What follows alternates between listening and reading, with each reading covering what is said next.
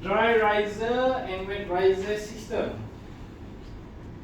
This is a system where firemen normally use in a high-rise building. For dry riser system, actually it consists of a pipe, just a pipe with outlet, reaching inlet, and also the outlet of the pipe landing valve. So we have landing valve. On this module, we have also almost the same. It consists of 4 subtopics. The first one will be the introduction design standard. The second one, components in dry riser and wet riser. The requirement for the third one, and the fourth one will be the conclusion lah. Ni kena betulkan lah dekat you punya nombor tak bagi fax kan. First, introduction and design standard. Dry riser and wet riser system is a system designed for firefighters. Dry riser and wet riser system installed inside the firefighting lobby. It is a crucial system for extinguishing a large fire. Maksudnya, yesterday we talked about firefighting lobbies. Normally, the firefighting lobbies come with its friends, come with other system, which is a fireman's lift, fire escape staircase. Apa lagi? What else? Fireman intercom, and normally the last one will be pressurized system. Correct. Kalau tak ada pressurized, normally there will be an opening there to ensure that the smoke will not accumulate inside the fire escape staircase or the fire lobby lah. Then this fire lobby shall be protected. So ianya akan terasing compartment from the building. As I said earlier, whenever you are not feeling well or you have a problem like me, hard for you to walk, in case of fire, if you cannot run to the ultimate safe place, what you should do is you run into the relatively safe place, whereas it is a fire lobby lah. So, inside the fireman's lobby ni, dia ada dry riser or wet riser lah. Dry riser and wet riser, the design standard shall be designed according to MS 1489, Chapter 2. Dekat Chapter 2, dia bukan cerita dry riser, wet riser je. Dia ada sekali dengan hydrant lah, pressurized hydrant. Dry riser, wet riser ni, it must be designed according to the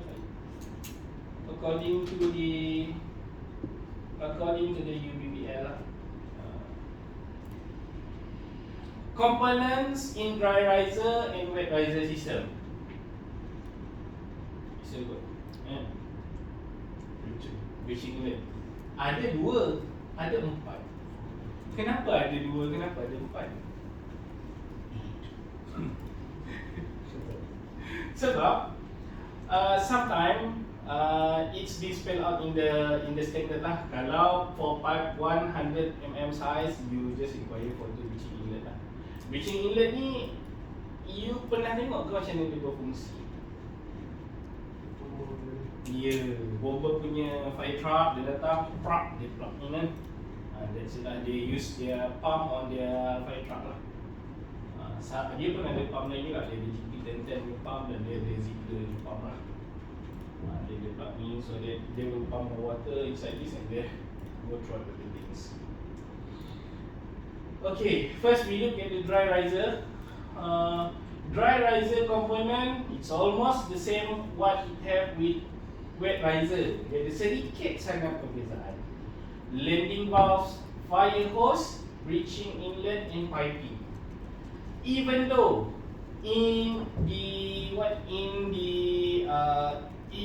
it's not spelled out in the schedule of price, you need to quote in that sebab this system normally it come with a packs with this hose. Without the hose, this system is useless lah. Sebab bomber pun dia pun expect akan ada hose lah. Kalau you tak letak, bomber mesti minta kan. So whenever you code, kalau benda ni tak ada, tapi dia kata one set, you kena throw in sekali lah. Normally the set come with this first. Landing valve is located at every floor. Normally, tak ada. Yang dry riser ni, dia kat every floor, dia ada air release valve dekat atas sekali lah, ni biasalah. Macam tadi yang tanya saya kan, tapi itu untuk hose reel kan. Kenapa ada air release valve? Itu hanya untuk the very high rise building. Saya punya projek paling tinggi pun 16 tingkat. Betul.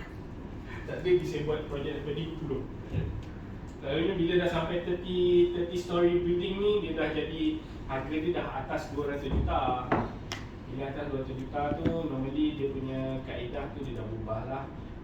We hire design and the punya contractor. The contractor come with all the consultant team lah. Ini dah jadi problem dengan riser. Okay, next we look at the wet riser.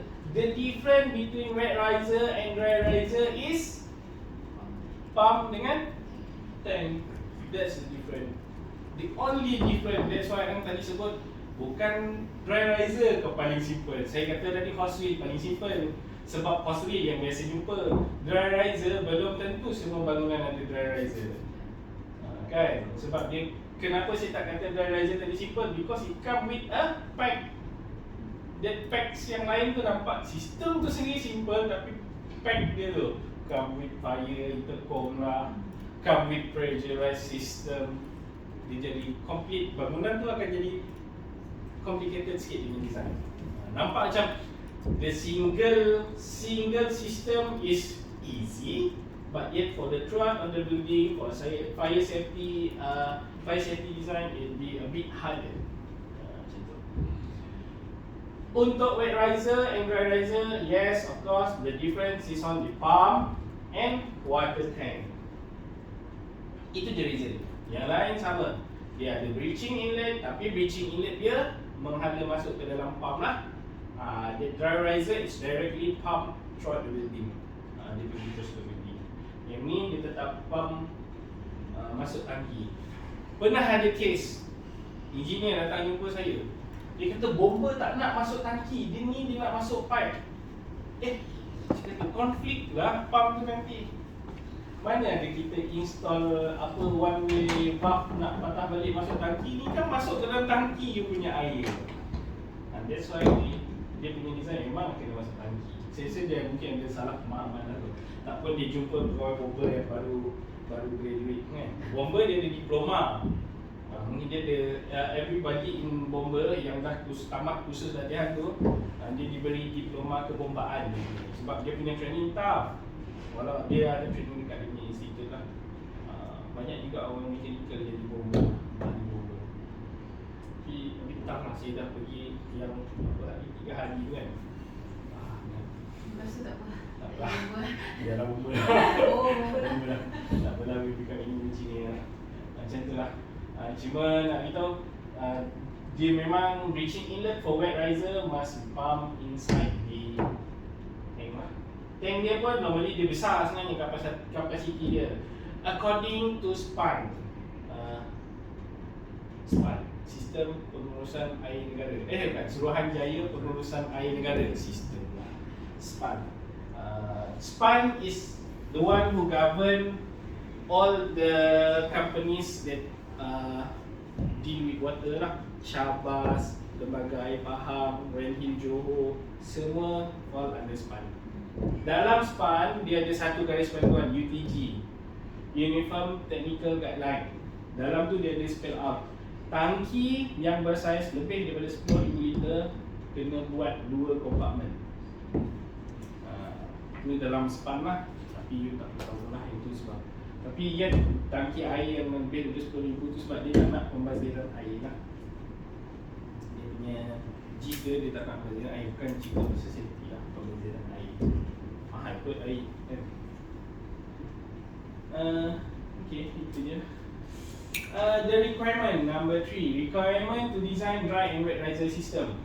Dry riser system shall be installed according to UBPL 1984, macam saya sebut kat depan tadi. Dia bylaw nombor 223. Tadi saya cuba paskan dekat you link untuk download UBBL secara percuma untuk you all boleh baca for your knowledge lah. Yang tu the latest amendment pun ada. The number is still the same.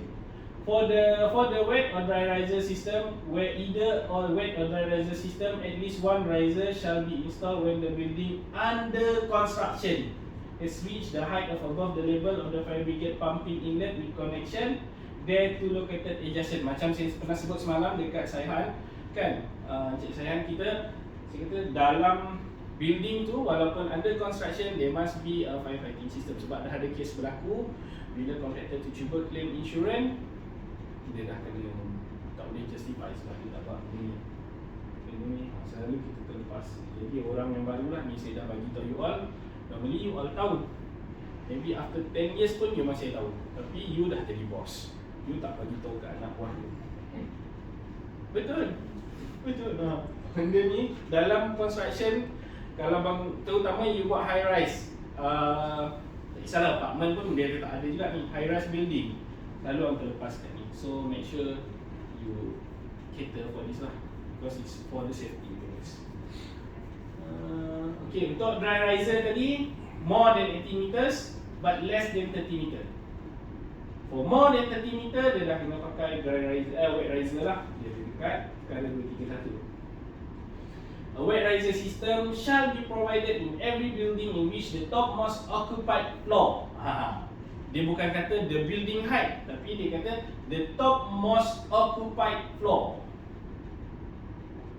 Macam dah tukar. Itulah. Nanti kita rujuk balik perkara 231, building height. Cuma before this it is 18.3 and 30.5 lah. Now dia dah buang 5.3 tu dia dah buang. Dari revision baru. Ni pun sama, under construction pun sama lah. This is the design of a dry riser system. Tak ada calculation. Betul kan? Dry riser system tak ada calculation tu. You install lah pipe. Kalau you install, adalah perkara yang you kena tahu. Sekiranya building tu lebih daripada bawah daripada 23 ke 25, 23 kan? 23 lebih daripada 23, kita pakai pipe saiz 100. Kalau pakai pipe 100, kita punya breaching inlet pakai 2 tadi saya sebut. Kalau more than 23 sampai 30 tadi, kita pasang 4. Saiz pipe 150 kan? 150.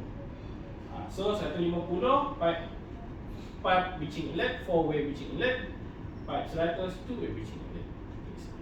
Ini dia spell. Kalau you tanya, sir, surely there's no calculation for the dry riser system? Yes. Kalau you nak go the science behind it, kenapa?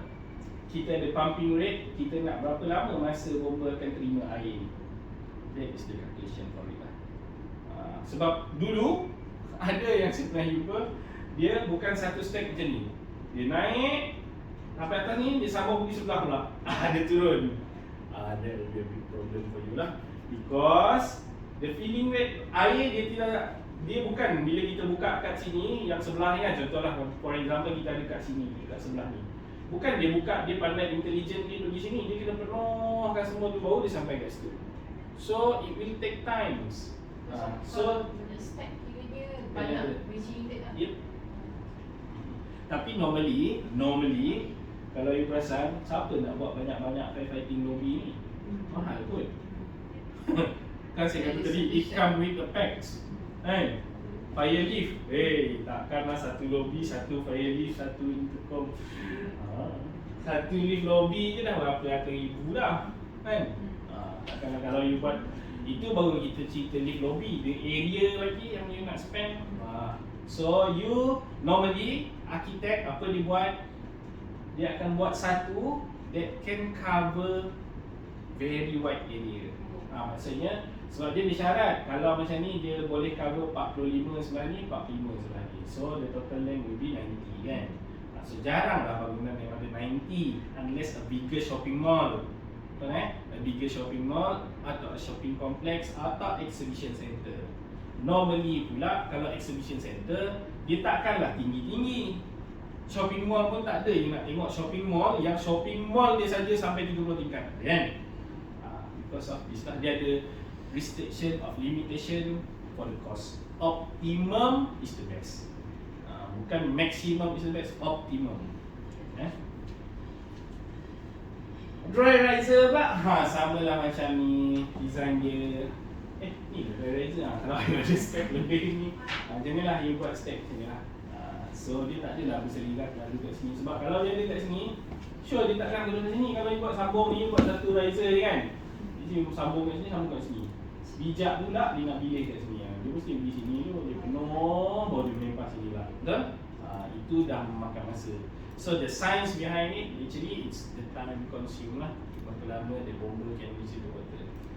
Ni ada kes macam ni, jarang lah berlaku. Ni jarang lah, jarang-jarang. Selalunya bangunan tu memang kita akan design satu lah. Paling banyak pun 2 kiri kanan.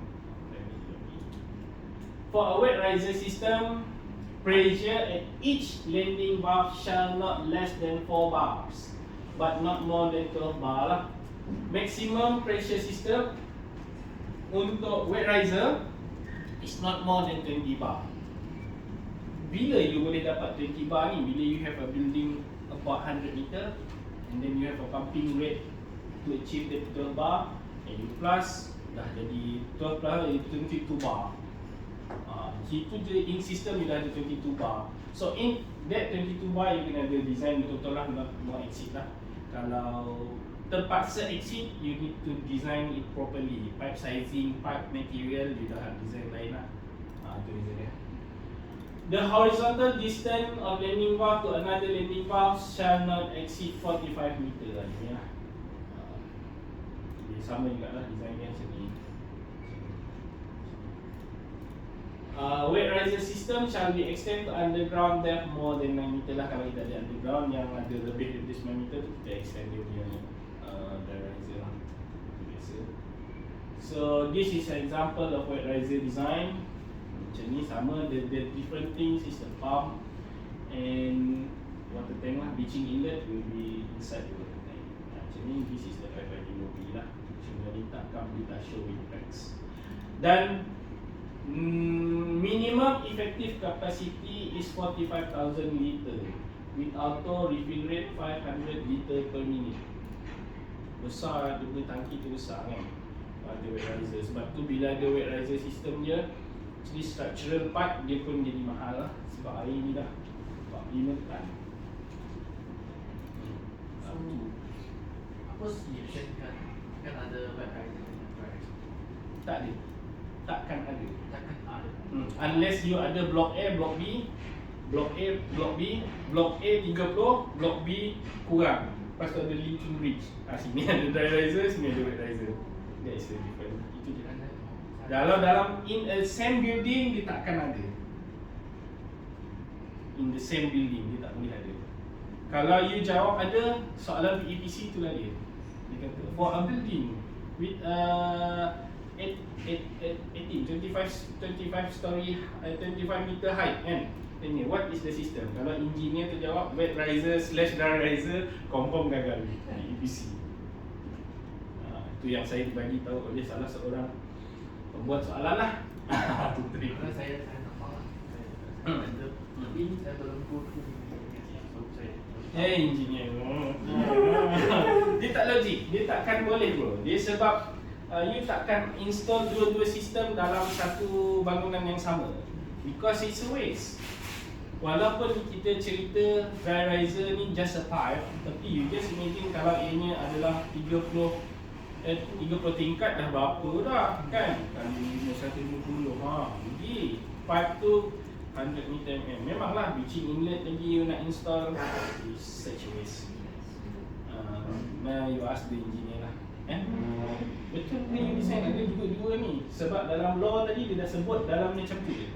You tie back dengan law tu dia dah sebut kalau more than 30 it's a wet riser, less than 30 above 18 dry riser, less than 18 No riser. Okay? Dia punya pump flow rate shall be 1,500 liter per minute lah. Satu ni dia boleh pump 1,500 liter per minute. Normally when we design, saya tengok. Normally when we design, kita akan ada dekat top nose floor. Top nose floor ni kita letak tiga landing valve kat atas untuk kita buat testing. Betul eh? Yang Mr. Okay. You selalu kot nampak kan kat atas. Bila kita design itu sebenarnya kita nak test senang. Kalau kita nak test dalam ni takkan kita nak sebuah office tu. Sebab normally the firefighting lobby ni dia kat tengah-tengah. Jadi you tak ada access, you tarik hose tu, alah sampai kat paling hujung pun ada lagi nak pergi hujung, betul tak? Sebab dia consider yang paling hujung tu boleh tembak lagi. You can go for not more than 45 lah. So memang tak boleh. So you as a good engineering practice, you put another tree out there. Itulah. Okay. Number 4 is a conclusion. Now before we go for the conclusion, we have gone through introduction in design standard. Components in dry riser and wet riser system. Name me one. Yes. Requirement to design dry riser and wet riser. What is the requirement?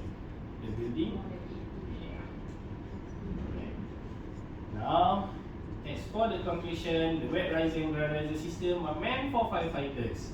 The design of the wet riser and dry riser system shall be met according to Malaysian standard. And the difference between wet riser and dry riser system are the dry riser system have no pump set and tank. Itu je lah. Okay.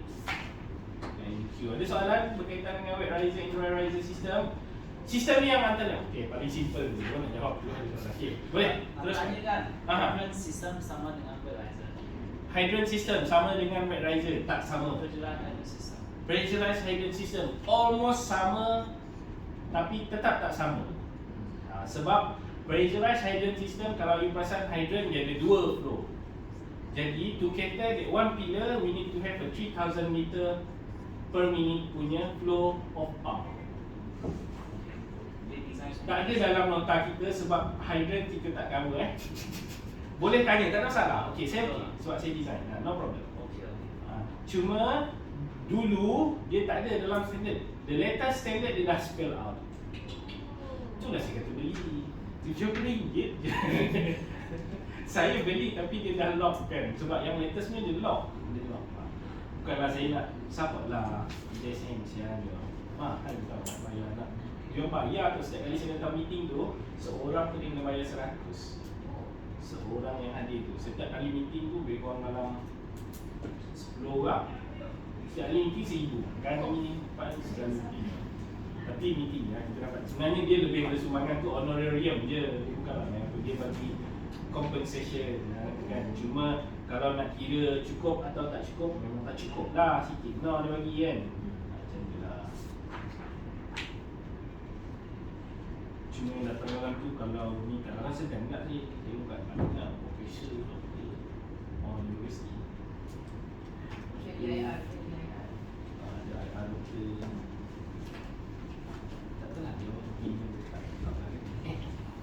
Okay, ini pun kita akan pergi cepat sebab macam saya cakap, for this module, is module 9, design and principle gas suppression system. Normally a gas suppression system, for us to go deep for it, you need to go with the orang yang owner lah, the owner ataupun the supplier for it lah. Sebab you need to have the gas punya concentration. Sebab every gas they got the, every supplier they have their own punya mixing lah. Tu senang kita. Walaupun dia ada basic mixing, tapi dia akan tetap ada dia punya drawback yang dikekalkan kepada produk masing-masing. Now we are going through the gas suppression system. Module 9, it's almost the same, tapi kajari lah. We have 4 juga dia punya subtopic: introduction and design standard, gas suppression system application, gases classification and conclusion. First, introduction and design standards. Ada ke pernah install sebanyak macam ni? Ni nak gambar saya ambil discredit to the internet lah. Tak ada pun kan, banyak sangat pun Banyak. Itulah, tapi ada ni lah. Dia kata betul lah kata. Dia kata Introduction. Gas separation system are crucial in Malaysia to minimize the risk of fire and protect valuable assets. Okay. This type of system are usually used to protect a place where water can be hazardous to the equipment or materials. This gas separation system also used to protect area where the equipment or anything that wanted to be protected are valuable or expensive. Maksudnya sangat berharga lah. Kalau kena air rosak terus. Can you name one of the room that is very expensive? Server room. Kan? Battery room. Battery room hazardous lah. Bukan setakat dia. The battery room normally it's not because that is a valuable thing, tapi because it reacts with water kan. Kalau kena air habis. Orang tak boleh nak ni kan. Tak boleh nak handle. Okay. Dalam server room ada je server room yang kecil. Kenapa dia kata server room valuable? Is it because of the server itself? Security because of the data yang dia processor. Kalau dia turn down dia punya business continuity tu habis lah. That's why normally sekarang ni now most of the company yang besar they have a backup server. Even kita orang pun mostly semua lah ada backup server. Sebab dah ada threat dekat Malaysia. Kita kena serang dengan pengganas cyber ni mana dia tak tembak dah, dia kata ya main saya hantar virus. Itu dah ada itu dah ada dekat Malaysia. Banyak Malaysia hebat-hebat. Okay, design standard. There are several standard that being used in Malaysia. Normally it is MS1746. Ini dah MS1746 gas fire extinguishing system. Bila saya tengok balik, it's override di MS-ISO 1246 berapa tak? Yang MS-ISO lah. So dia dah pakai MS1746. Dalam MS1746, yes, number is just one, but there are so many parts on it lah. Banyak ada, depend on the gas, HFC berapa, HFC berapa, argon ke. It depend. So apart from that, we also following the NFPA 2001 standard on clean engine and fire extinguishing system. Gas separation system application. Okay. Gas separation system is used to where the fire load in a building cannot be extinguished by water. Macam tadi lah, dekat chemical process plant satu, and the storage area that contain anything that react with water. Macam dekat kilang-kilang yang mau proses bahan kimia lah, kebanyakan dia yang tak boleh kena air. So normally the designer or the engineer will design using the gas system lah. Selain daripada server tadi lah, normally the server kalau that building have no sprinkler system, tak wajib pun kena ada gas system. But yet as an engineer kita tetap nak protect sebab kita tak nak server tu terbakar. That is the crucial. Tapi kalau boleh, if you are the designer, janganlah install macam ni. Ni saya ambil juga. Dia installation is correct, functionality yes, there is, it's functioning, but in term of aesthetic, gila. Itulah, you pergi install. You just imagine kita dalam ni tiba-tiba ada tangki besar, mahal. So make sure you minta dengan arkitek the good location lah. If not pun you buatlah box up ataupun compartmentation. Bukanlah compartmentation, compartment yang box supaya dia hidden, supaya dia nampak kemas.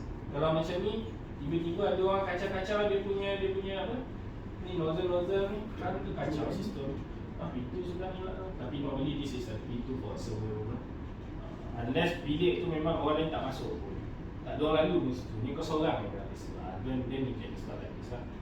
But yet, install like okay sikit. This is other type of system. Gas suppression system is to protect the compartment that become more hazardous when water is used to distinguish fire. Okay. Substation, main switchgear room, mana-mana TNB yang ada kaitan dengan power lah. This is kelas apa punya api? Kelas apa? A, B, C, D, E. A, B, C, D, E, F. Kelas. Semalam baru semalam kita belajar. Oh. Kelas apa? A, B, C, D, E, F. E, F kan? Kelas yang saya kata tak boleh diturunkan ni ialah kelas dia depan sini. Kita tengok dalam Malaysia standard. A, bahan utama. B, gas. Oh. B, fluid. C, gas. Inilah kelas E. Okay? Kan apa? A, B, C, D, E, F kan? F is for cooking fan. Cooking fan. Ni kelas E. This is totally E yang you tak boleh turunkan jadi A. Sebab memang tak ada switch dekat sini. You nak pergi pun you dah panggil TNB dah. Masa you nak panggil TNB nak datang. Kalau bomber pun lambat, you harap TNB nak datang lagi cepat dulu. Kan? Kena pula you call tu terbakar pukul 5 petang dekat Midfield. Macam mana itu apa? Sampai. Memang takkan sampai lah. That is a case scenario lah. Malu kan? Oh, tak rakam. Tak rakam. Itulah, this is a class E fire. It is totally class E that you cannot turn it down to become a class A fire. Kalau setakat yang ni, yes, it's a class E fire, but when you off, it's become a class A fire. Yang tu ingat yang tu basic. Itu A, B, C, D, E, F. Tapi kadang-kadang saya tahu lah dia A, B, C, D, E, F, tapi saya dah B liquid ke C liquid. Yang saya suruh macam tu. Saya rasa ni C gas. Saya ingat ni sebab saya baru lepas baca kan. Apa aja tapi kadang-kadang at least you know ada A, B, C, D, E, F. Kalau NFPA, F tu jadi K. F tu dia tak ada. Jangan you terkejut, dia tak pernah belajar ada K. Kan? Dalam NFPA dia berbeza sikit dia annotation tu. But then it's almost the same lah. Classified.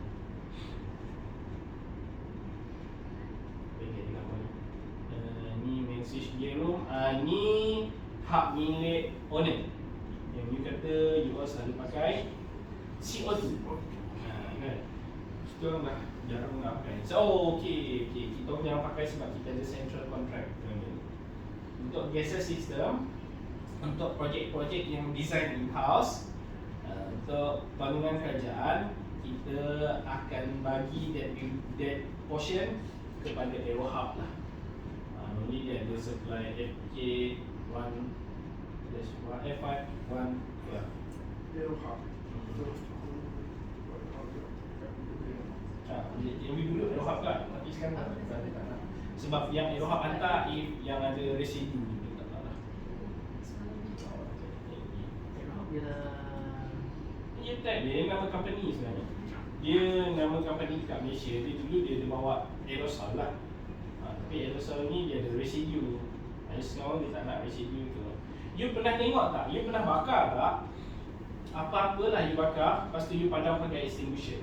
Terutama besi kan. Kalau besi engine ke apa kan, bila dia terbakar, kita padam dia pakai extinguisher. You pernah tengok hasil selepas tu tak? Debu itu, residu tu menyebabkan karat tau. You nak cuci, lebih baru lah. Macam tu. That is the problem kalau kita ada aerosol ataupun kita pakai yang ABC ni lah. That residu memang ada buat bincang. Yang ni lebih baru. Memang padam api tapi rosak lah equipment tu. Sedangkan kalau you boleh pergi kepada part yang kecil tu, mungkin damage lebih less lah. Jelas saya kata. Ya try lah bakar. Try lah bakar dan padam. Tapi itulah extinguisher sekarang mahal sikit kan. 100 ringgit untuk yang 4.5 kilo kan. Kalau ada yang kecil tu RM90 dapat 2. Kalau promosi lah, kalau tak promosi RM90 satu yang 2 kilo tu kan. Pernah tak pakai fire extinguisher? Beli satu lah. Juga bos kami nak belajar bos. Saya dah You asked me to code, boss, but then I haven't tried yet. Can I try, boss? One only. Half for me, half for her. Macam tiga. Kan? Okay lah, next. You kena buat ni lah, satu tong, you bakar besar sikit tapi kena tempat yang luas lah. Jangan buat macam yang kenduri tu, buat dalam bangunan. Oh naya, nanti kan you betul-betul bomba datang. Kalau nak buat dekat area luar. Tapi sebenarnya that training is good. You can ask bomber to come if you want to test the fire extinguisher ke hose seal yang ada dekat sistem. So you minta dengan bomber untuk them to give you kesedaran keselamatan kebakaran, kesedaran awam lah. So they can teach you, because everybody sebenarnya kita sepatutnya tahu macam nak guna extinguisher, tahu nak guna hose wheel. So at least bomber datang dia ajar lah. Saya boleh ajar tapi nanti orang malah ha, sebab water supply untuk tu akan ada question. Bila you buat training untuk you punya tempat, of course kita dah ambil kira lah, ada training punya fees. Nanti you boleh of course dia ada tie up dengan income tax semua lah. We got proof dari bomba lagi bagus lah. Bomba boleh keluarkan sijil. Dia ada satu sijil kesedaran keselamatan awam. Dapatlah sijil bomba tu. Jangan main-main kata saya boleh padam api. Tiap je. Api mancis lah. Betul, yang ni saya bagi tahu sebab that is the training bomba provide. You pergi ke bahagian balai pun boleh. Dia cakap kita nak buat khusus kesedaran keselamatan. Dia okey. Tapi kena bayar lah, dia sikit token tu. Murah je. Cuma nak beli extinguisher lah. Saya tahu pun masih murah 180 ni. Berapa sangat kan. Ilmu tu penting. Sebab you code, nanti orang tanya you code you pernah try ke? Saya pernah. Saya pernah hose wheel, saya pernah kereta bomba, saya pernah drive. Kereta bomba saya pernah drive, saya naik motosikal bomba saya tak boleh bawa sebab berat sangat. Boat bomba saya pernah naik, saya pernah test. Apa lagi? Pump bomba tu saya pernah repair, pernah tarik. Jet ski bomba saya pernah test kat Tasik Putrajaya apa je equipment bomba yang ada, cuma peralatan yang lama lah. Nowadays dia dah ada yang baru sikit, yang latest yang foam tu kan. Tangga bomba yang naik tu pun saya pernah naik sampai atas. Yang tangga baru tu saya tak pernah naik sebab saya dah keluar. Dulu saya berkhidmat dengan bomba, saya test semua tu. Walaupun saya takut tapi saya test. Kalau you tanya saya suka Artigo tu lagi, Mercedes tu kecil, compact, senang maneuver. Scania tu saya yang besar tu takut saya. Saya bawa anak saya minta bomba. So saya bawa pergi balai. Dia okey. Tapi dia orang okey, tahu dia orang okey. Maksudnya kalau kita bawa anak-anak, janganlah bawa seorang letih. Ayan, bawa 3-4 orang, small kids, you can come to the fire station and ask them to brief about bomba. Okey, dia okey. Ada nak kecil. Apa paling kecil saya je. Boleh je. Saya paling Boleh. Tapi collect lah 3-4 orang. Dia memang Saya takkan ada seorang. Tapi you janganlah pergi balai bomba hang kuah. Oh, okey. Janganlah pergi balai bomba section 15 Shah Alam. Sebab that balai bomba is too busy. You go yang tak busy lah. You cari kat Taman Sara tu. dekat sebelah tu. Balai terasa. Saya nak petang kita bawa. Ya. Budak minta naik. Dia buka itu naik lah naik. Tapi kita kena minta kebenaran tu. Janganlah main menceroboh. Helikopter bomba je saya tak pernah naik. Saya tak ada kesempatan helikopter bomba. Gas separation system. Application.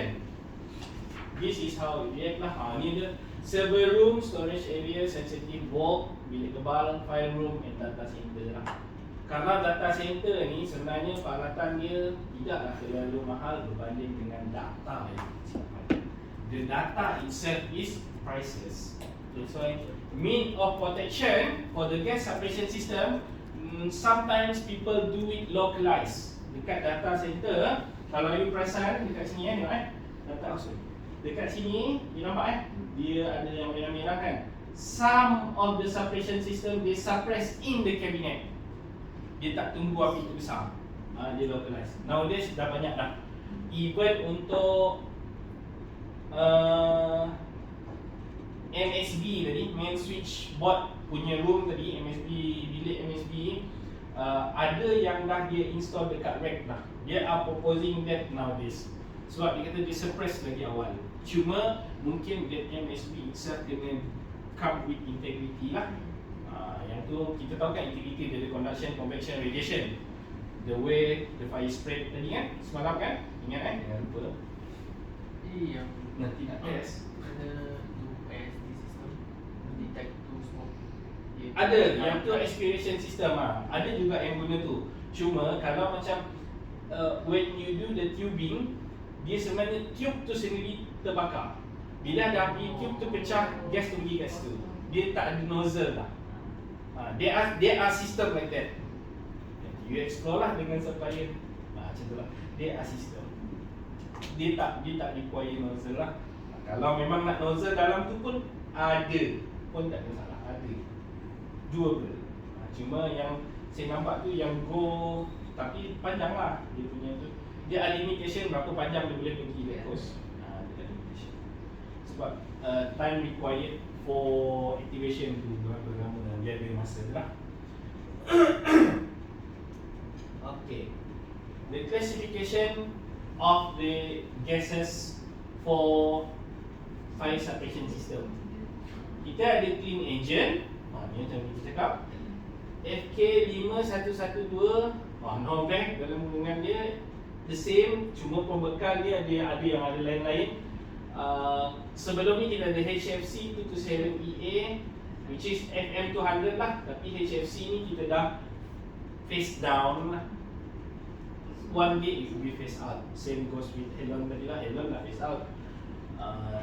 People tend to use inert gas system. Cuma inert gas system ni they are storing the gas in a very high pressure lah. Macam tu. Sebab kalau you tanya saya for the maintenance, untuk ni saya pun pernah tanya how we do the maintenance, checking maintenance only kan. Kalau tak nanti kita membazir gas dalam ni, gas pun expensive. Nak install balik kan. Tapi kalau dah more than 25 years, we change lah the whole set of the gas. Maybe dia kata 25 years. Dia sebut 25. Tapi ya, saya tanya apa, macam mana you check? Kalau tak ada bocor karat, boleh pakai itu. Boleh tahan pressure. Logik lah juga kan. Kadang bukanlah, kadang ada lah industri kecil-kecil yang tak mampu nak seduka je. And the last one, CO2 system ni yang antara yang paling murah lah. Dia sama, CO2 ni sama macam inert gas, cuma dia type of gas lah. Kalau inert gas ni diguna inogen, argonite and nitrogen lah. Saya prefer ni nitrogen. Macam ini gas kan, dia pun ada punya variable yang IP100, IP541. Betul, ada betul. Ya, betul. That is the inert gas punya ni. Setiap sistem dia sebut IG 541, IG, dia several number yang berbeza kan. The different with the number is a product lah. Tu saya kata tadi, when it comes to the certification, kita tak boleh buat. Even though the engineer that design the whole fire system, dia tak boleh buat. Dia tak boleh sahkan lah sebab you are not the manufacturer. It's required, the calculation is required for the manufacturer untuk buat, dan diorang bertanggungjawab specifically for this part lah, the installation part of it lah. Kalau berlaku kebakaran kat sini, yes, kita akan kena saman dulu dan kita akan sue balik provider tu lah. Sebab dia pun chop sama kan. Maksudnya kalau kita kena saman ni, sistem ni fail lah. Maksudnya whenever the system is not working, normally siapa yang kena cari dulu is the designer lah. Designer akan cari balik orang design, lepas tu installer cari balik provider. Yes. Anak macam cerita, tutup kes, bayar je lah. Okay, bayar. Kena di marah-marah. Okay, lagi ada soalan dekat sini. Minit ni, tanya ni. Banyak. Sebab ini straightforward lah. Sebab saya tak boleh, yang ni saya yang boleh kira ni je. Ni kita boleh kira. Ni kita boleh kira sendiri. Jadi saya tak kira jugalah dalam ni. Saya show you sebab dia tajuk dia suppression cases. Kalau saya kira ni, nanti bukan ni kira ni lah. Yang ni dia kiraan dia simple je. Dia nak kira berapa banyak CO2 yang nak pakai tu kan. Dia ada percentage dia lah, leaking percentage apa semua. Ini semua suppression calculation by supplier.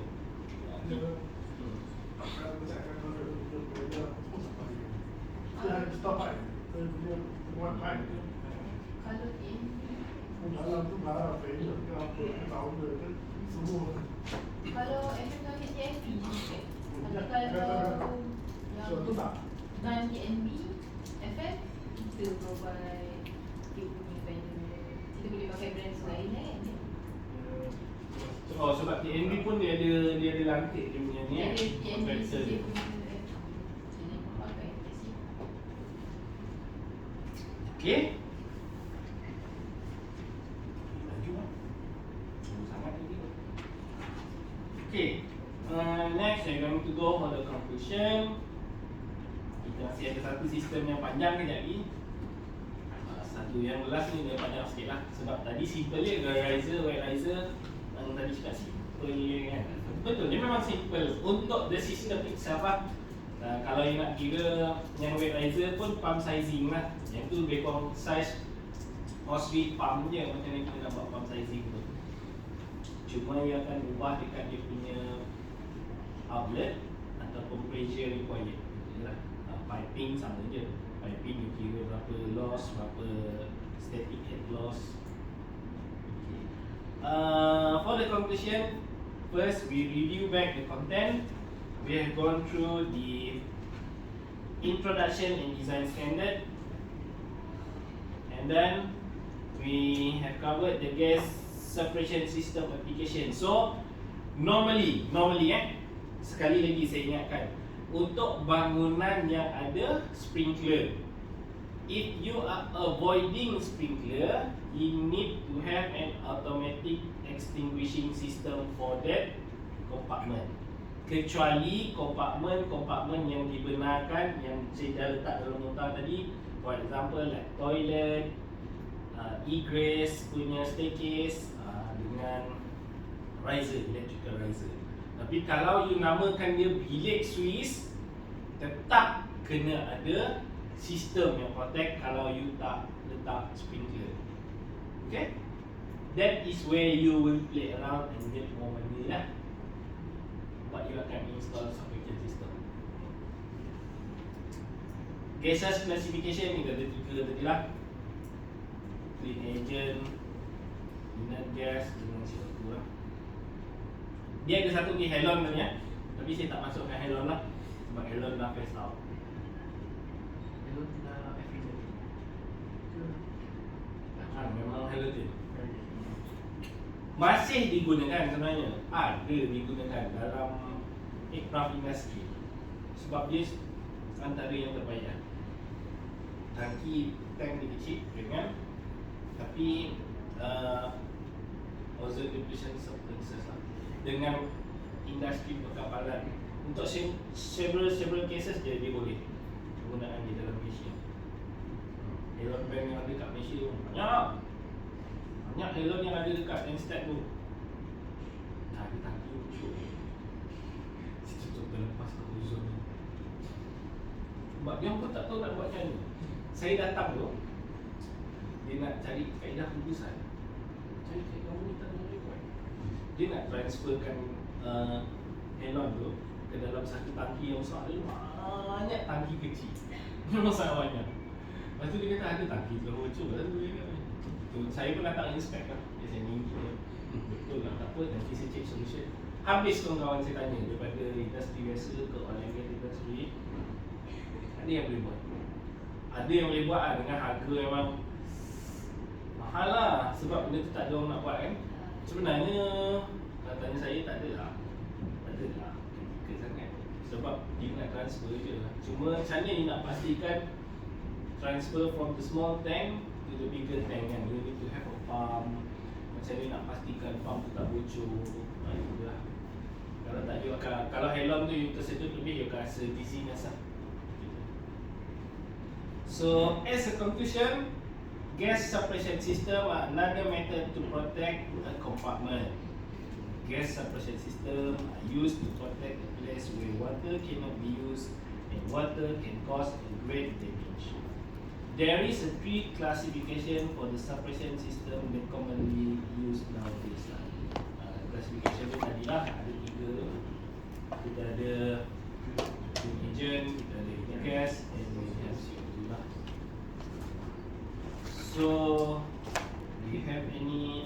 question for the gas suppression system? Sir, tanya kan, Boleh. ini sistem kan memang macam buat testing. Testing. Testing ni you kena isolate dia punya gas. You test the nozzle only, the activation of the system. Oh, cabut daripada dia. Boleh. Ada klien request gas to disperse, tapi they code in for another gas refill lah. Boleh. You ensure that client dah code dulu baru you buat. Mahal bro, mahal. If you trigger out Argonite tu, nak ribu you nak install kalau bilik besar. Jarang lah, kalau besar ni okey lagi lah kan. Gas saja. Mahal gas dia. Itu integrity test kan, itu test. That is another test. That is not the test. System punya test bukan integrity punya test. The integrity punya test come before you do the system punya test. Itu untuk TNB, integrity punya test. Sebab dalam Malaysian standard tadi, dia dah spell out dah. All the room must have a test for the integrity test lah. Yang mana dia ada leakage punya ni, you masukkan fan kan. Masukkan fan dekat pintu tu, dia tutup. Tu dia test integrity tu. Dia ada lah requirement dia. Apa nama test tu? Integrity test lah. Apa nama garis panduan TNB tu ada nama dia. Dia dah keluarkan.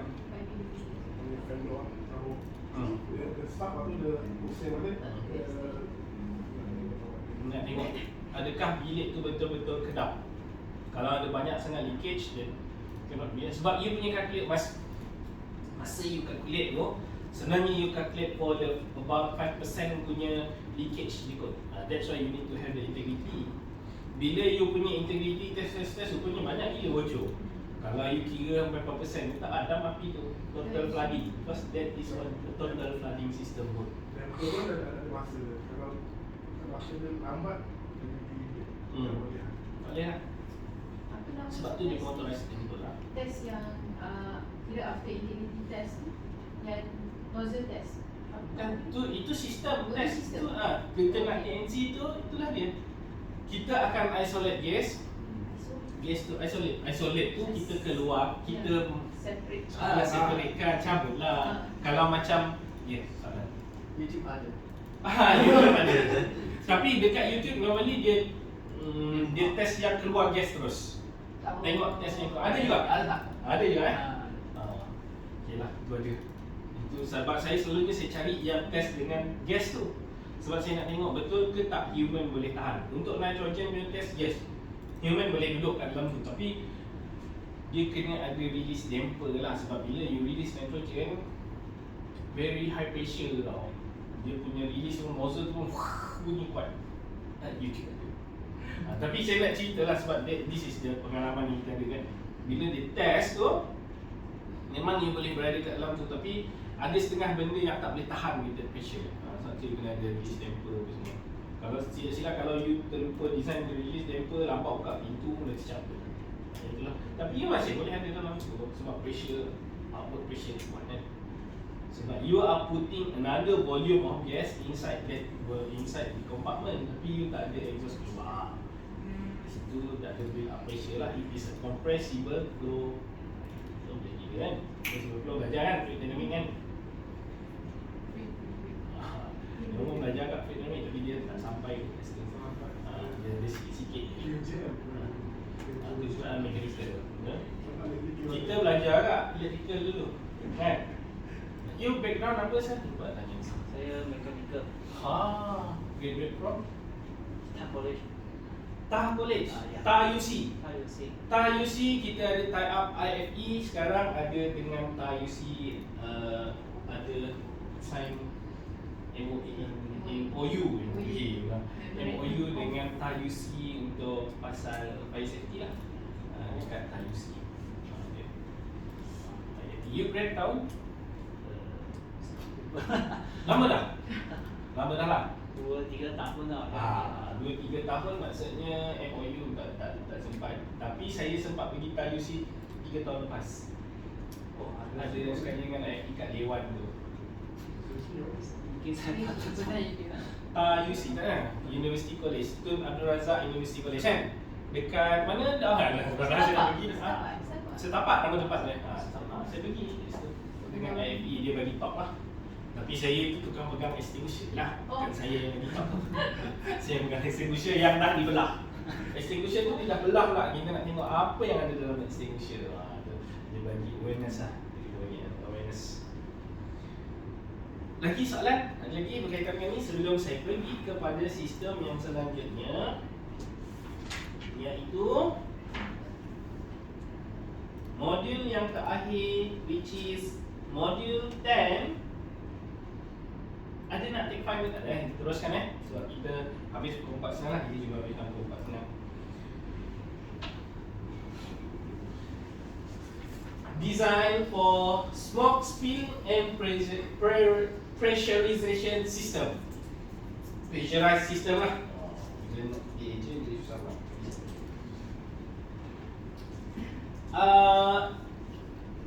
Biasa kod, biasa install. Kalau lagi biasa dia dah pernah install.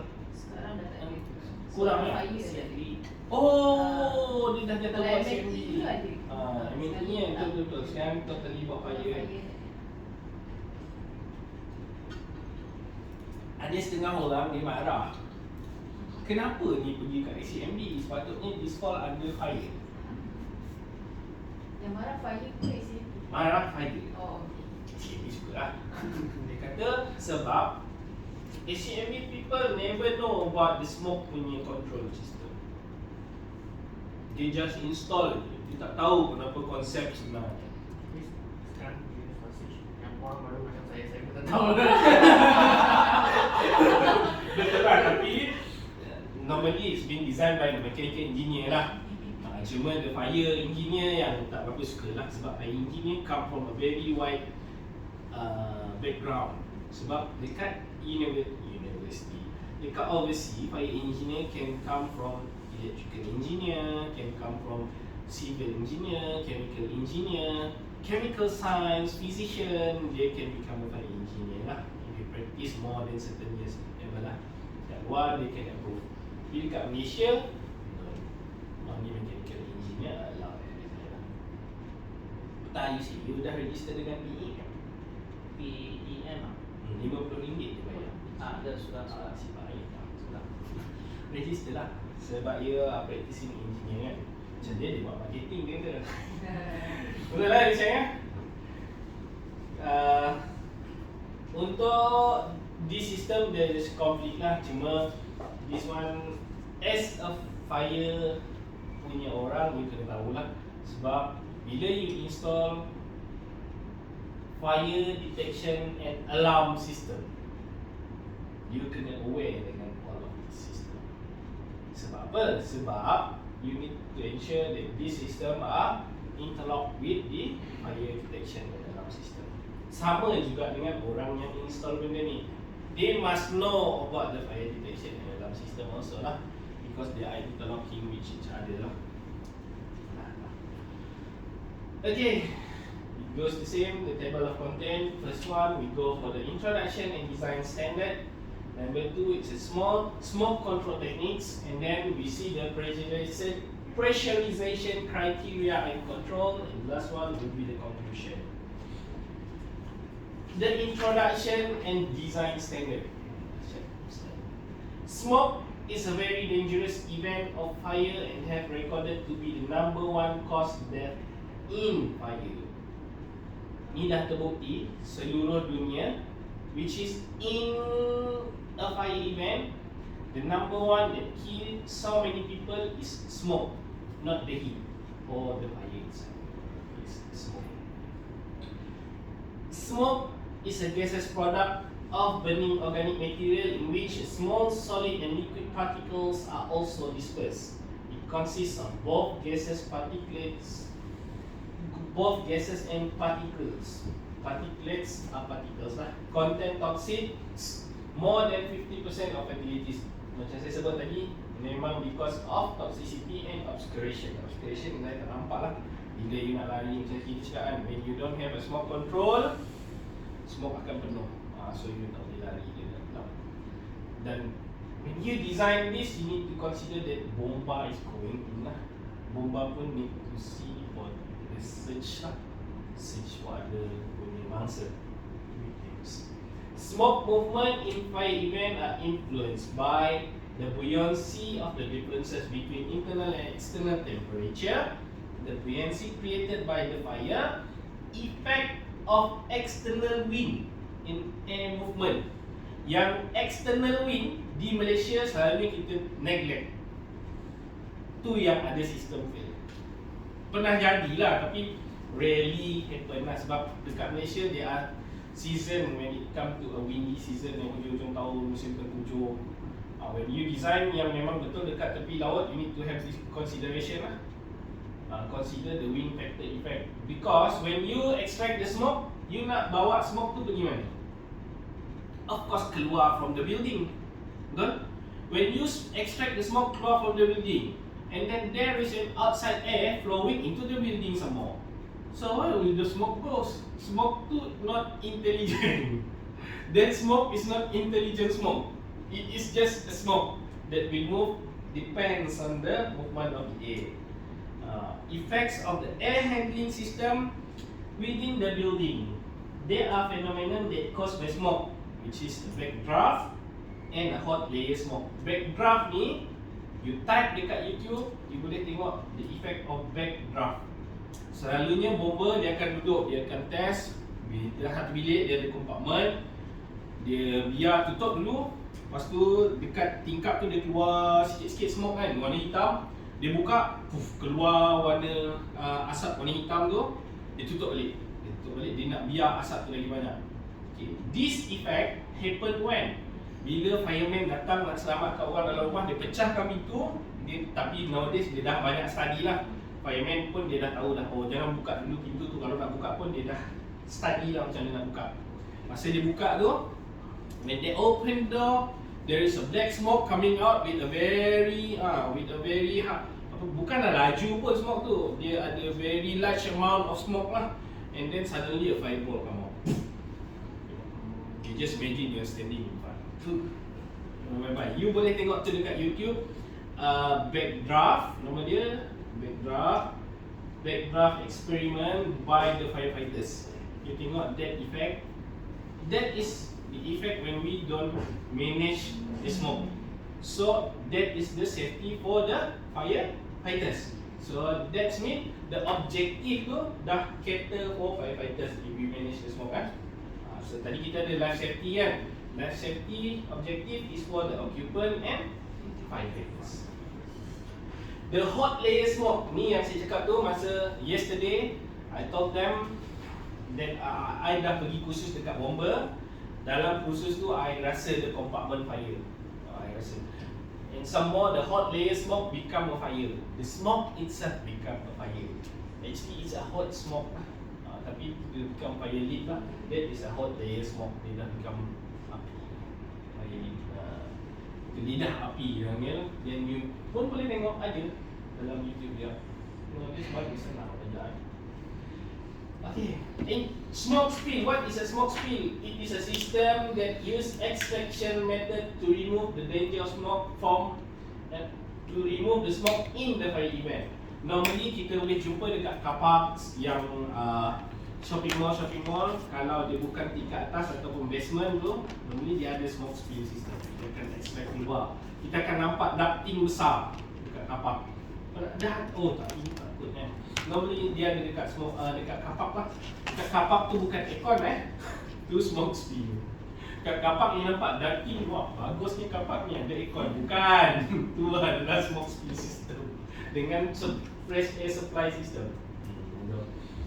A pressurized system is a system where it creates a pressure difference. Pressurized ni normally dia ada dekat tangga keselamatan tadi lah. Tangga-tangga yang kita nak escape hotel ni mesti. Kalau normally dia pakai pressurized lah. Kalau tak pun dia akan letak opening lah. Dia akan creation. Yang kat creation tu pun saya kata kita at least you know lah. At least you know. Ini kita have further class for them. They make a differential pressure between two compartments so that the smoke cannot flow into the higher pressure room lah. Maksudnya kalau kita ada lobby, bila kita pressurize kan lobby tu, smoke takkan pergi dekat lobby. Alright.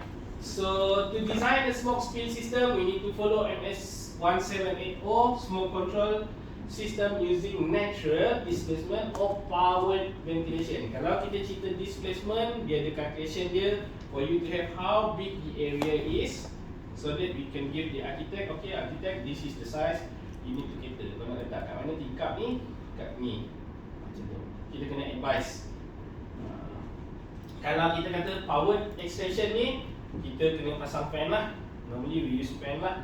Extension system, it can be ducted or unducted lah. Kadang ada kita, kalau if you see in a hall ataupun dewan, dia ada yang memang dia tak ada duct pun. Dia terus fan, terus fan. But that fan is a fire rated fan for smoke system lah, smoke control system. For pressurization system, you need to use MS 1472, the fire precaution in design of building. Smoke control in the protected escape routes using pressurization system. Ni dia dua standard lah. Ni agak baru sikit. 1472 ni 2017, 1780 ni 2004 ke dah ada 2010. Smoke control techniques. There are several techniques to control the smoke lah. Tadi yang you dah nampak tadi ada dua lah. Satu smoke speed, satu pressurize. But there are other way to control the smoke. One of them is smoke containment. This is a passive method. Smoke containment. Smoke containment ni maksudnya kita contain smoke in the area so that it won't spread to other area. That is one way lah. Tapi this way normally jarang kita terima ke lah. Kita tak nak. Sebab dia kata habis tu building tu bila nak pakai dia kata. Kalau smoke masih ada dalam tu je, nanti cek lah fan. Cek lah kipas tak buat smoke keluar. Jarang lah berlaku. Sebenarnya boleh. Dia boleh. This type of method sebenarnya boleh sebab dia dah ada dalam Malaysia standard. Tapi dah dia orang tak nak. Saya pun tak boleh buat apa lah. Relies on the smoke barriers to control, limit the smoke movement and spread of smoky gases in one compartment. The second technique is a smoke dilution. It's a mixing the smoky gases with enough clear air to increase the available visibility and to reduce the threat from toxic product of combustion. Yang ni kita pump in, kita masukkan fresh air. So the smoke it will dilute with the smoke lah. So tak adalah smoke tu jadi smoky kan, tak ada dia gelap kan. But then tetap akan ada the way dia akan keluar ke mana-mana. Maknanya smoke tu disperse ke semua tempat, tapi dia jadi macam kurang, the intensity jadi kurang lah. The third one is smoke reservoir or exhaust ventilation system. Exhaust ventilation provide a separation between an upper layer of smoke and lower relatively clear air, achieved by using a natural extract ventilation or power smoke exhaust fan. Yang ini dia banyak, kalau kita perasan the first video that I shown yesterday, the video about atrium, about the fire in atrium. Normally dia dekat atrium lah, smoke reservoir ni. Maksudnya kalau terbakar kat tepi pun, of course smoke tu dia taklah intelligent, cuma dia akan bergerak, dia akan cari tempat yang tinggi. But then dia akan stop at certain layer when dia dah habis dia punya heat. Okay? Sebab tu kadang-kadang kita ada setengah atrium, you perasan dia buat sterile tube, dia jadi ada letak cermin sebab dia nak maintain the smoke supaya dia sampai kalau dia tak ada extraction system. Next is the smoke control methods are depressurization, control smoke using pressure differential, which the air pressure in the space containing the fire is reduced below the HSL spaces requiring protection. And the last one will be pressurization system lah, controlling smoke using the pressurized method.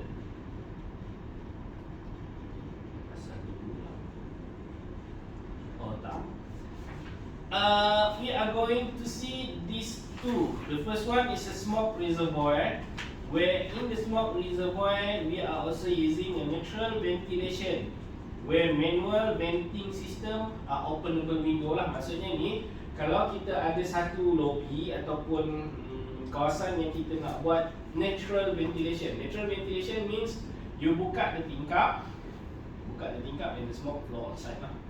Tapi the drawback is, bomber selalunya dia akan minta tingkap tu dia pun boleh buka, boleh keluar. Dan tingkap normally bila kita nak buka, normally kita design tingkap buka macam ni. Betul tak? Sebenarnya untuk smoke escape macam ni. Macam mana smoke lebih senang keluar? Macam ni ke? Ni dinding. Buka macam ni senang keluar ke? Buka macam ni senang keluar? Kan? Terbalik tu kan? Ni dalam.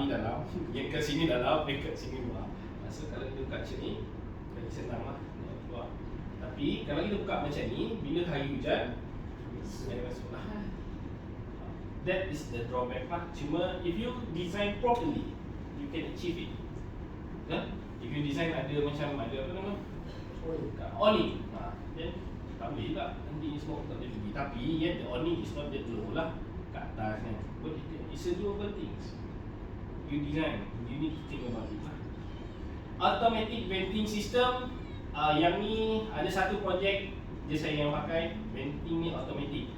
Tingkap tu dibuka secara automatic. When fire event happen, when the fire alarm when fire detection detects a fire alarm bunyi, dia akan hantar signal dekat actuator. Actuator, you know right? Actuator is like a piston that actuate when it use either electrical or air lah. Bila ada signal sampai, the actuator akan open, the actuator akan react and it's open the window. That is automatic venting. And the power extraction system, smoke spill lah. Yang ni dia ada dua lah. Satu tadi macam saya cakap is a ducted system, and the other one is not unducted lah, direct fan. Ada juga kalau you perasan high rise building, they got a fan like a mushroom on the top of the building. Itu normally it's covered to become a smoke spill lah. Itu smoke spill tu. The pressurization system normally we use to pressurize lobby and pressurize staircase. Yang ni kita ada fan, we pull in air inside and then the air will make the area become pressurized lah. There is of course a control element there. Engineered smoke control system. This is a smoke spill system. Normally installed in basement stories, basement car park, atrium, where the area 1000 meter square for basement car park or 7000 meter cube. Kalau dia ada satu kawasan yang luas, kita ada 7000 meter cube, meaning to say it complete with the HUD lah. You kena install smoke control system. Ataupun you have a compartment, satu compartment yang lebih daripada 1000 meter square, you need to have a smoke control system. Gambar ni menunjukkan ducted control, smoke control system lah. Sebab apa dia orang pass smoke spill ni kepada ACMB? Sometimes the engineer when they design, they want to reduce the cost and space consumption. We design the ducting that used to supply the air conditioning system become a smoke control duct when in the event of fire. Tapi kita dah tukar lah ducting ni, we use a fire rated duct. Betul kan pernah install Itu beza dia. So that's why they give it to the to the ACMB contractor. For me, dua-dua boleh. Kalau you nak bagi buat aircon, aircon lah. Kalau you nak pecah tu, you manage the contract lah. That is the reason. So macam ni, they extract the return fan, they extract keluar terus smoke lah. If this is a compartment, then this duct cannot have a fire damper lah. Ini dia akan extract. Kalau this is just an aircon duct, you need to have a fire damper, right? Because this is other compartment. Tapi in this case, where you use this duct to become a smoke spill fan duct, You cannot have the variable here. For the design concept, the extraction or exhaust smoke, it extract and exhaust the smoke outside of the building lah. Somehow you need to insert some of the fresh air, 50% from the number of the extract air, 50% from the number of the extract smoke lah. Maksudnya kalau kita extract 2000 cfm, kita supply another 1000 cfm lah. And the smoke spill system shall be activated by a smoke detector. This smoke spill system shall be in fully operation not more than 60 seconds after the activation. Okay, saya nak just nak kongsi satu fenomena. If you have a smoke spill system in atrium, for example, you have a big building.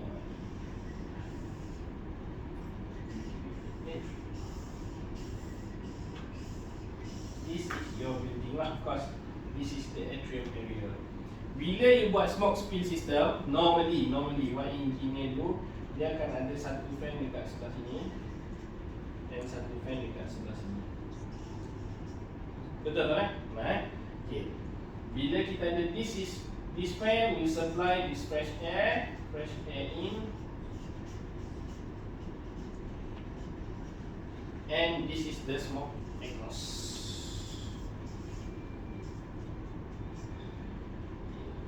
Bila ni supply, of course fire happen dekat bawah kan?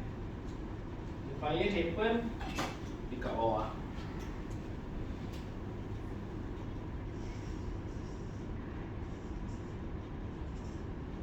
Api kat bawah. Jadi the smoke accumulate.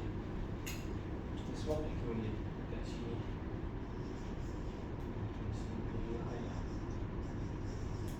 Dalam Malaysian standard, there are air velocity. Even though you design for 12A change ke, 10A change ke, dia ada air velocity yang you kena control.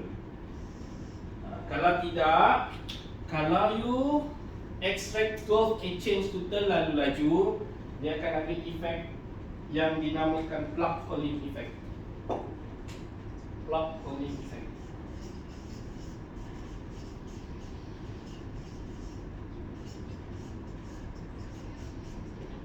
This plug holing effect apa? Efek plug holing tu, smoke ni tak keluar pun. Angin yang dihantar ni dia keluar terus ni. Jadi smoke ni dah tak boleh naik lah. Dia akan accumulate sampai kat bawah. Yang ni pun bila you test fail ni. Short circuit lah. Short circuit. Tapi ni memang plug holing lah. Dia sebenarnya bukan short circuit. Kalau short circuit tu dia dah follow the requirement lah.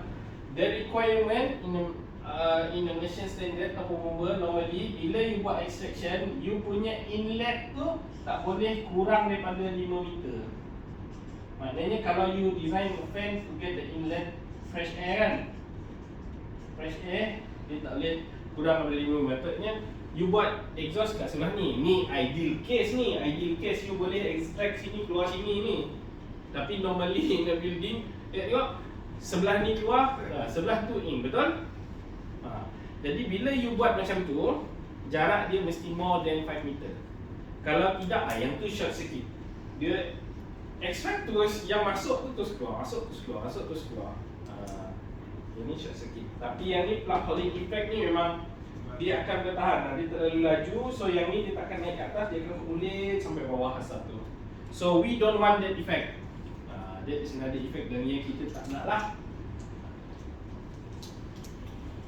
Itu plug holing effect yang ada dalam smoke ventilation ataupun smoke extraction system. Okay, next we go for the pressurization criteria and control.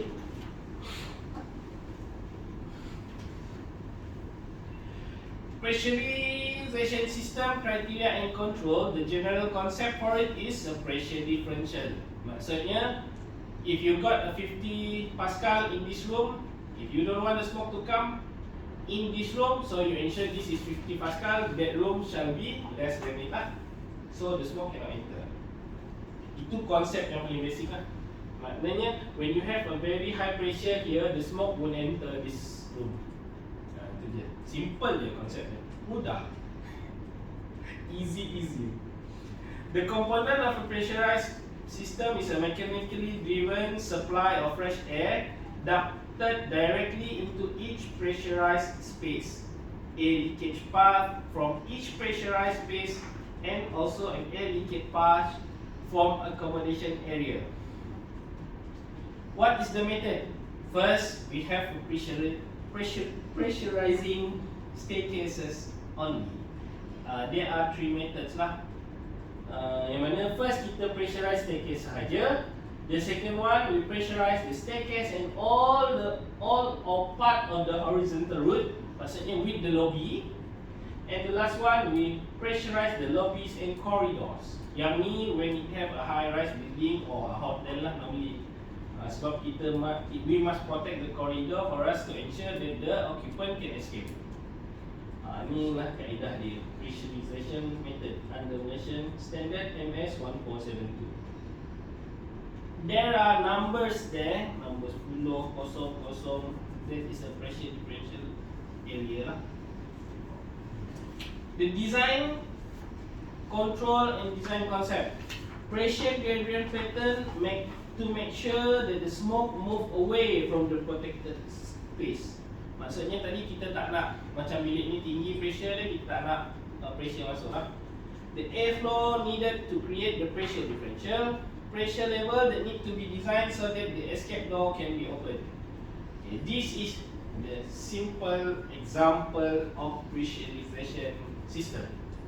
Kita masuk udara daripada atas and we pour it inside so that the pressure will become here. Normally kita ada DPS, differential pressure sensor.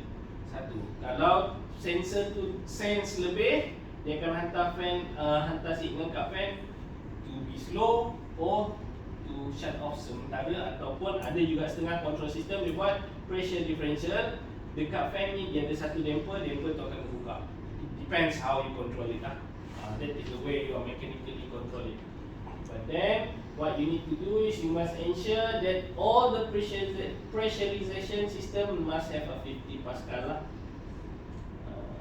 So the airflow when you test, simple je. You must, bila you test pressurization system, bila you buka pintu tu, you bawa flow meter, you need to have 2 meter per second lah.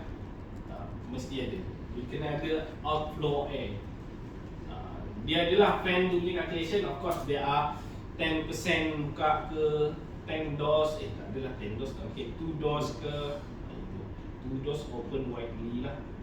Normally masa orang keluar tu actually all doors is open. Tapi dia ada delay, that's why dia have delay sebenarnya. Kita buka bawah sekali masuk, satu yang keluar kan. Tapi saya pernah buat sebab mengajuk sebab dia design, cakap dia punya design ni awal. Oh, Maksudnya dia bukan pakai VSD tu yang dia tak pakai VSD punya motor. So bila high pressure 120 Pascal bukan meter bukan lebih. Okay, saya baru nak tanya, apa jadi kalau kita tak manage the pressure, and yet when you design it, when you design the pressurized control system ni, you kena tengok you punya occupant tau. Even though it's been spelled out for 50 Pascal tu, 50 Pascal, kalau you design tadika yang mempunyai tinggi, you rasa tak boleh buka ke? You pernah try?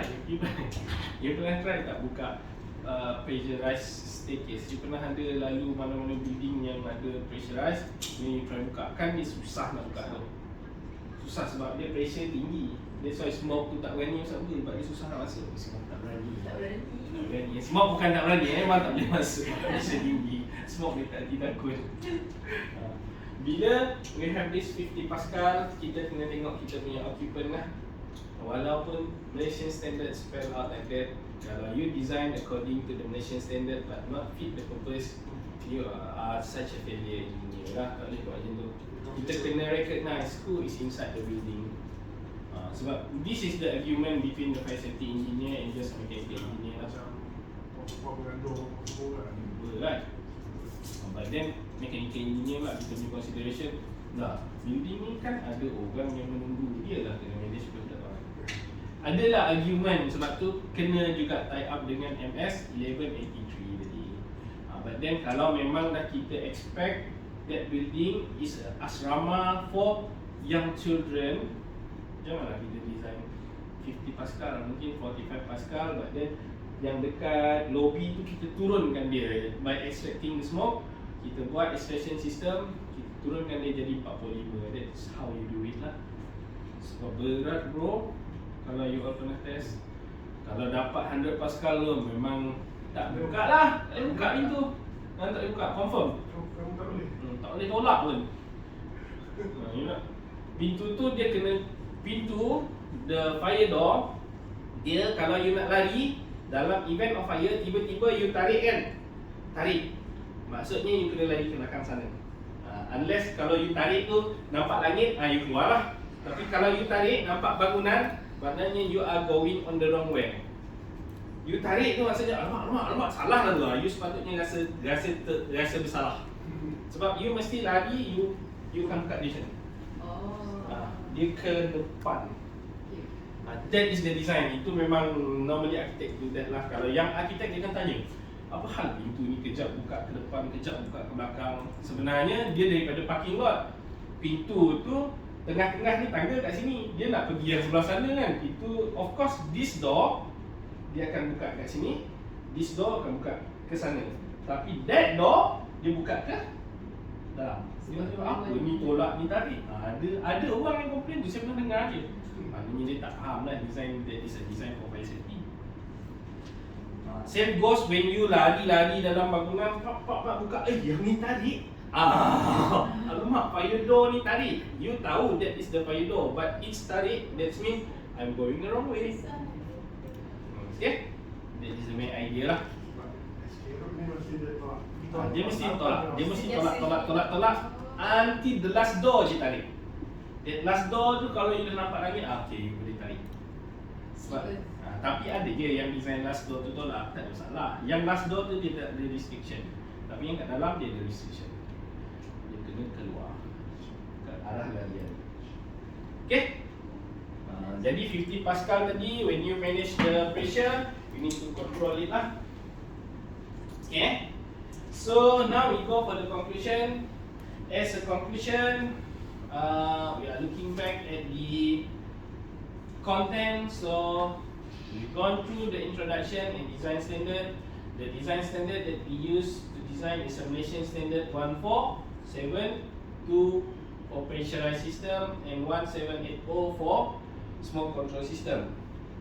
The smoke control techniques, there are several smoke control techniques, which is dilution, containment, extraction, and pressurization.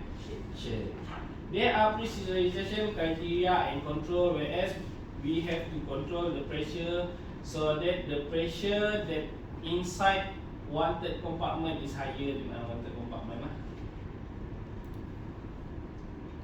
As for a conclusion, a pressurization system and smoke spill system are intended to mitigate the risk of smoke in the fire event. The pressurization system is used a pressure differential control for the smoke control movement. The smoke spill system transfers the smoke to the outside area of the building to control the smoke. That's all. Ada soalan kaitan dengan smoke? Okay. Kalau ada soalan, boleh tanya. Sir, tanya kan, itu makeup A itu apa? Makeup A. Makeup A. Makeup A tadi fresh air masuk lah tu lah makeup A sama. Dia sama istilah tu, makeup A. Betul. Makeup A tu kalau macam saya cakap tadi, it must be 50% from the extracted smoke ataupun extracted air. Makeup A tu fresh air tentu. Itu kalau kan hanya exhaustan buka, Tapi flushnya tak ada buka. Itu asap boleh Boleh keluar dengan syarat you ada pintu tu buka lah. Kalau tak, dia tak keluar, you jadi vacuum. Equipment inside dia kaput lah. Dia jadi vacuum. Nampak macam simple bro, tapi that vacuum wujud. Sebab you punya tuan exchange tu besar. Saya punya bos cakap, sorry you mau keluar, sorry semua berak, sorry tak makan. Okay, in out lah ni. Dia ada in, Set out. Okay, this is the last slide for you all. Yang ni tak ada dalam tu lah. It's just a session summary for us to summarize all the training that we've gone through lah. So now we are going to summarize. The first, we review the modules, and then we review the learning outcomes, and then we conclude everything. Okay? We are going to have a bit of question and answer lah. Okay. Introduction ni tadi. Review the modules. We have covered the introduction for fire protection system, right? Yesterday. We have covered it yesterday, and then we also learned about fire signs. In fire signs, there are triangle of fire. And what is the element of fire? Heat, oxygen, and fuel. Yeah, fuel. They are the fourth element of fire. Chemical chain reaction. That is what we call fire tetrahedron. That is inside the fire sign lah. Inside the fire sign, we also learn that for in the compartment fire, we have a fire development graph where there is a situation after the fire growth that we don't want it to occur is a flash over. So kita tak nak flash over lah. And then we also learn about fire risk. In a fire risk, we know that fire hazard are everywhere. Okay? Fire hazard are everywhere, and more fire hazard when we haven't do the housekeeping in anywhere lah. Kalau dekat kilang pun, if we don't do the housekeeping, lagi teruk lah dekat kilang lagi lah. Dia ada dust explosion, lagi bahaya. In fire risk, we can mitigate the fire, and also we can calculate or assess the fire risk using qualitative and quantitative assessment. Method of extinguishment, we also learn about method of extinguishment. Kalau kita nak extinguish fire, what we do? We eliminate element, one of the element. If we are going for cooling method, what element that we eliminate? Heat, correct.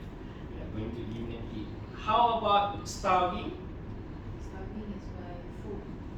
Kan? Gas. Kan? Kita lapar. Apa yang kita eliminate?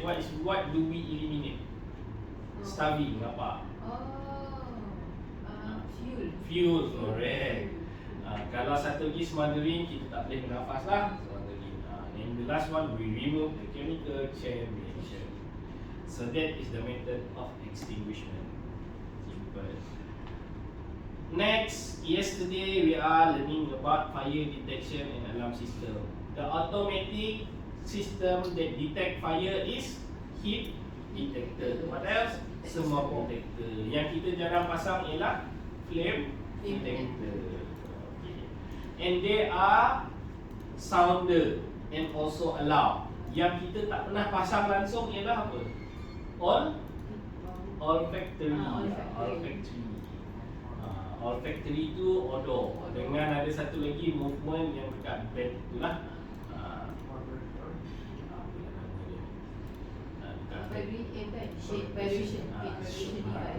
Vibration device kan. And then today we are learning about hose reel system. Hose reel consists of water tank, hose reel pump, hose reel itself. Hose reel is meant to be used by the occupants. Okay. In automatic sprinkler system, we have sprinkler pump, lagi sprinkler tank, sprinkler head, alarm valve, and piping. Hose reel? Flow switch, correct. to determine the zoning. Boleh. Yang interior ni berapa biji dia boleh pecah? Satu. Boleh pecah satu atau tak. Dia, kalau yang ni dia kira satu area, empat ke lapan. Maksudnya Kalau sistem tu Ah, boleh pecah berapa biji sebelum dia tak cukup pressure. 8. Ada yang 16. Kalau you buat the most favorable area, kadang-kadang you kena cater more than that lah. Kalau high hazard. Tapi normally 4 je kita can consider. Tapi tak ada masalah pun. Dia pecah 4 atau 8 tu masih dalam area. Masih dalam eksperimen lah. Kalau memang pecah 10 Jarang. Dia jarang akan pecah 10 sebab dia contain. Unless it is a smoldering fire lah. Tapi kalau smoldering fire dia tak pecah lah. Dia tak sampai heat tu. Smoldering fire, api yang macam bara rokok. Bara rokok tu, it is a fire. Tapi that fire dia tidaklah besar macam lain, tapi dia ada toxic gases lah. Kalau yang pre-calculated tu 4 ke 6 dia dah cukup lah. Sebab normally api bila dia pecah satu tu dia dah cover. Unless tak cerita pula. Api dia berbeza pula. Kalau api yang kat tengah, api kat dinding dengan api kat bucu, api mana paling panas? Api kat tengah, api kat dinding, api kat bucu. Dengar. Api yang paling panas adalah api yang kat bucu. Sebab masa dia dekat bucu, dia ada radiation coming back from the bucu, from the wall, kiri dan kanan. The radiation give more intensity for the heat lah. Kalau dekat sini 1, situ kali 2, sini kali 4 kalau saya ke kali 3 lah itu dekat bucu. Paling panas. At corner. Sorry. Bucu lah maksudnya, sorry. Masih baik kita ni. Okay, wet riser and dry riser system. Simple lah. What is the difference between wet riser and dry riser? Pump dengan tangki lah. So there are equipment like lady bar, bridge interior. Gas suppression system. There are several types of gas, which is we have carbon dioxide, inert gas and smoke speed system. There are 2 types of smoke control method, which is a smoke speed and pressurization system lah. Normally we do pressurization in the staircase and fire. Okay, now we are going to review the learning outcomes. Identify the firefighting system in a building. Apa firefighting system yang ada dekat hotel ni yang kita dah nampak? Sprinkler lagi, hose lagi, extinguisher. Tak nampak hose kan? Hose ada extinguisher. Fire alarm tak nampak lah kan? Ada kat sebelah lift. Tak perasan dia. Sebelah lift. Saya pernah naik sampai dekat motor orang punya bilik. Oh pernah? Oh ada training Ada training system lift. Kita ada buat site visit. That's great.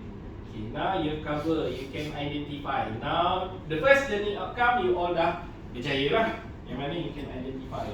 List standard used to design firefighting system. What type of standard yang kita dah belajar tadi? MS 1910 for sprinkler system. Dah ada lah. 1780 tak tahu je lepas tadi. Smoke control system lah. So at least you know lah. 1474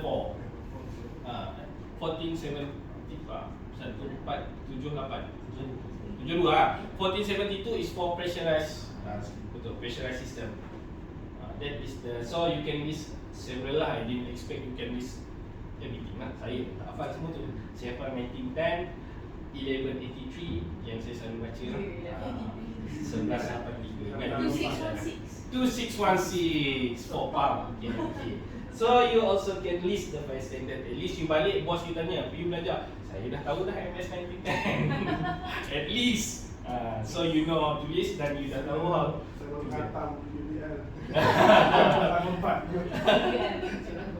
So you can also roughly design a firefighting system. You can design a hose reel lah. So now you know that hose reel kena buka berapa biji hose reel? 4. Now from that buka the hostel, 4 hostel, you can calculate what? Water tank capacity and pump size. So from there you can design lah. Saya tak expect lah you nak buat calculation sekarang, because you need to have all the data yang buka dalam tu 30 liter per second, 30 liter per minute, 30 liter per minute, and then you need to add in another 6 meter throw and 2 bar pressure that is required from the pump. So now you know at least design a firefighting system that is Australia. Untuk sprinkler, kita kena first we need to aerate and identify the hazard. Dekat dalam nota tu kita ada lah hazard tu. So that is the learning outcome from our training for these 2 days. Alhamdulillah, and thank you very much because tercapai. You can list and you can at least simply design the simple system lah. Kalau design wet dry riser lagi lah, you boleh buat letak pipe dengan bridging inverter. So now you know you tak boleh sambung dia panjang-panjang, okay? Alright, that's great. As a conclusion, in summary, the firefighting system consists of 2 major groups that are passive firefighting system and active. Walaupun kita belajar aktif saja, but then my concern is you all need to know the passive part so that we can know the incorporation for those 2 systems. And then mostly designed according to the Malaysian standard, which is the firefighting system are mostly designed according to the Malaysian standard to comply the Uniform Building Bylaw UBL 1984 lah. Having a different requirement for every different type of system. Maksudnya kita ada different requirement yang require for this different type of system. That's all from me. Thank you very much. Before saya lepaskan yang terakhir ni sampai pukul 4.30, yang ni test namanya. Yang lagi saya nak isi markah balik. Thank you very much. Saya pun berterima kasih lah kepada semua with all your sharing information with me lah. See you.